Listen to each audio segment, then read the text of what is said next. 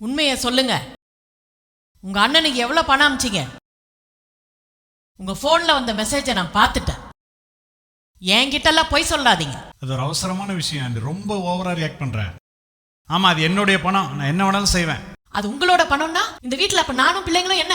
நான் எங்க அம்மா வீட்டுக்கு போறேன். போயிடு. எனக்கு ஒன்னும் கவலை இல்லை. ஒன்னும் கவலை இல்லை எனக்கு.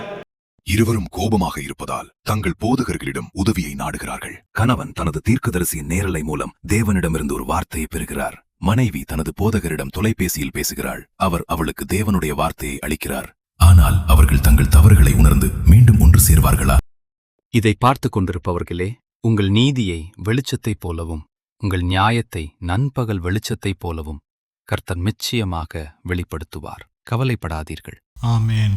யாத்திராகமம் 14:14. கர்த்தர் உங்களுக்காக யுத்தம் பண்ணுவார், நீங்கள் சும்மா இருப்பீர்கள். தேவன் உங்கள் சூழ்நிலையை அறிந்திருக்கிறார் சகோதரி. நிச்சயமாக தேவன் உங்கள் கணவரை உங்களிடம் மன்னிப்பு தேங்க்யூ கேட்க பாஸ்டர். செய்வார்.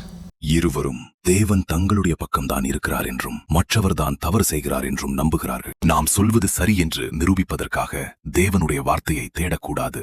மாறாக தேவனுடைய வார்த்தையின் வெளிச்சத்தில் நம்மை நாமே ஆராய்ந்து பார்க்க வேண்டும். கர்த்தருக்குள் அன்பானவர்களே, தேவனுடைய வார்த்தை இருபுறமும் கூர்மையான பட்டயத்தை போன்றது. அது நம் இருதயத்தின் எண்ணங்களையும் நோக்கங்களையும் வெளிப்படுத்துகிறது. அது ஒருவருக்கொருவர் எதிராக பயன்படுத்த வேண்டிய ஆயுதம் அல்ல. தேவனுடைய வார்த்தை குணமாக்கவும் மீட்டெடுக்கவும் கொடுக்கப்பட்டது. ஆனால் அது தவறாக பயன்படுத்தப்படும் போது உறவுகளை முடிக்கும் ஆயுதமாக மாறிவிடும்.